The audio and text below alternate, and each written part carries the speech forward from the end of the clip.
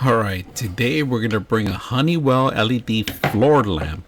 Now, this floor lamp was very simple to put together. One of the best things I like is that it has a gooseneck. Now, the gooseneck is very flexible.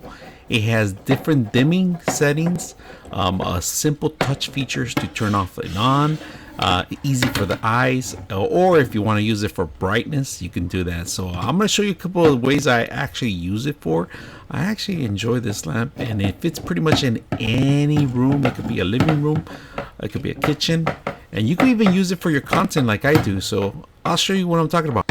All right, so at the end you can push this out even further, but it gives you a little slack for it. The weight is very heavy, and it was very simple to use.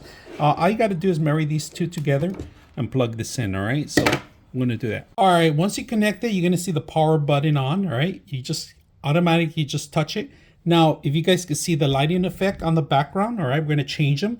So if you guys can see, that's one effect, that's two, and that's three, and it comes back to four.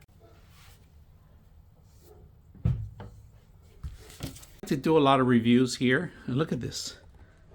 I added my light here. That's another way to use it.